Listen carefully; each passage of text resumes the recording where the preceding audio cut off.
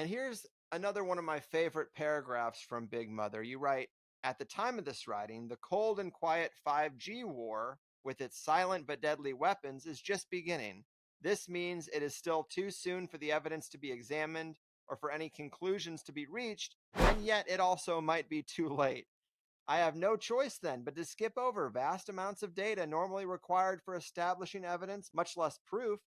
Those who haven't figured out yet that they are in a lukewarm war zone most likely aren't going to make it. My aim, therefore, isn't to stand around on the battlefield vainly trying to persuade people that bombs are falling on them. It's to provide those already cognizant of being under attack with a deeper, darker context. Really well said. I like that a lot. I've used the term informational circle jerk around here, that a lot of times it feels like people who are into conspiracy are just listening to conspiracy researchers confirm their worst fears, and they get a little bit of a charge from it. And there really isn't anything working towards a solution, let's say. And maybe we end on that. But with that paragraph, I just wanted to ask you, you know, what is that deeper, darker context you're referring to? If we recognize there's something going on with transhumanism, 5G, Internet of Bodies, something is going on there, and it might be happening too fast for us to really nail it down.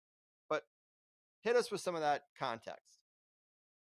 Well, I mean, we're back to Satan and this theological metaphysical thing that I find, I don't know how it's been for you, but the more I look at the parapolitical level of society, the conspiracies, that have been working away day and night for centuries, I think, the worse it looks. Not because it's getting worse, although it is, because it's unintended, but it just seems bottomless. Like the layers of deception, manipulation, control, they're so sophisticated, it just boggles the mind.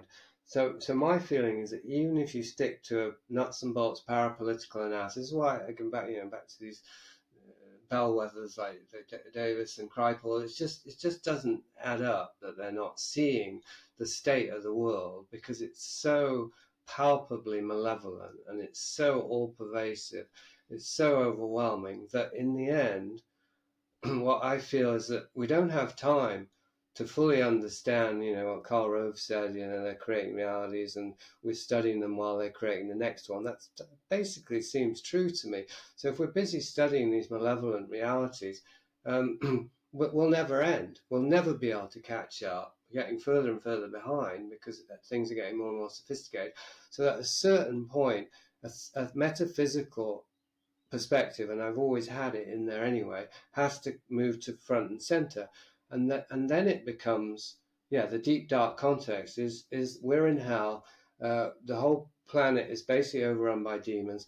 Demons have us. We don't know anybody who isn't possessed and controlled to some degree by demons, and probably many people are completely overrun by them.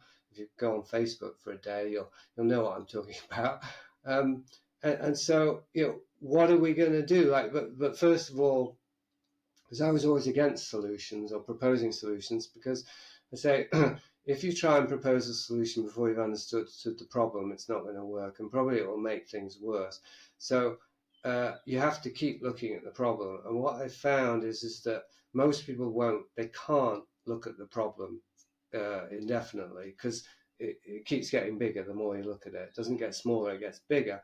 And so then they reach for a solution which doesn't work, but just because they think, well, if I start thinking about the solution, I won't have to think about the fucking problem anymore, right? So it's an emotional coping mechanism that always backfires one way or another. Who knows, maybe our overlords are guilty of the same. Maybe they just couldn't handle the truth, as Jack Nicholson said, and so they jumped to these crazy solutions and ended up being, taken over by the demons. But I hadn't quite finished my point. Yeah, so although I leave room for it being metaphorical, what I just said about being in hell and the demons and all that, it's quicker and easier, and it does need to be, for me, somewhat backed up with metaphysical / theological, texts, and C.S. Lewis, if you want to be more recent, or you go back to even the Bible, right? Powers and principalities of darkness. Like, we can back it up with the research that's non-scientific and say, okay, that's roughly the landscape we're looking at. It's really, really bad. Basically, only Jesus/God can fix it. So, okay, there's humility there. There's a kind of surrender. But God helps those who help themselves. Jesus saves those who save themselves, and also those who try to save others. Like, we have to be instrumental in this soul-saving mission. Take our attention away from the world, which is always going to be demonic, can't be fixed. Put it on the nature, the natural world, and on our own, bodies and our community and those we love and care about, and on the spiritual dimensions, which obviously is tricky. I don't talk about that because I don't do it. I don't have spiritual practices.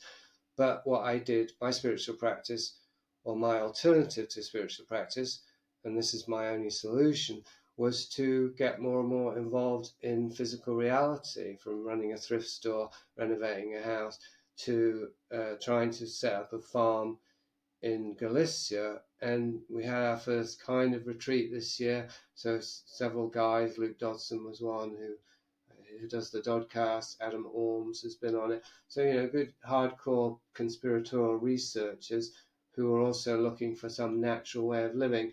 We built a house for the goats because our goats got killed by wolves, so we needed to sort that out. And, living together.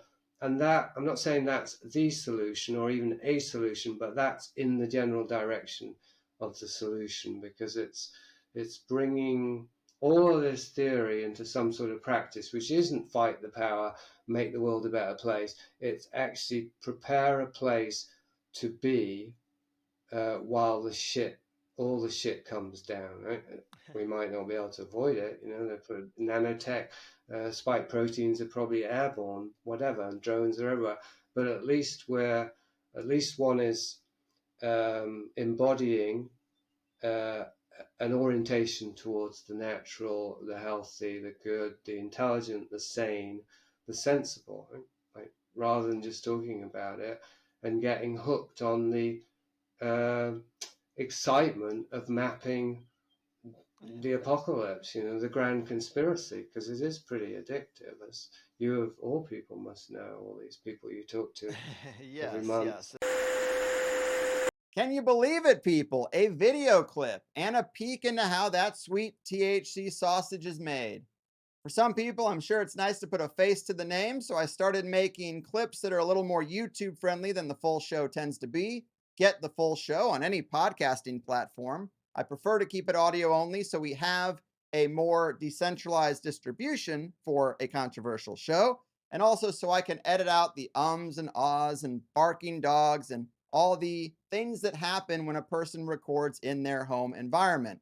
And then if you really like the show, you can sign up for THC Plus, and instead of 1 hour interviews, you get the full 2 hour interview for just $8. I think that's a better deal, more of a win-win than asking you to support the show by booking a therapy session or buying generic Viagra. It's getting weird out there, folks. So just go to the highersidechats.com or click the link at the top of any set of show notes, and all your wildest dreams will come true. All right? All right. The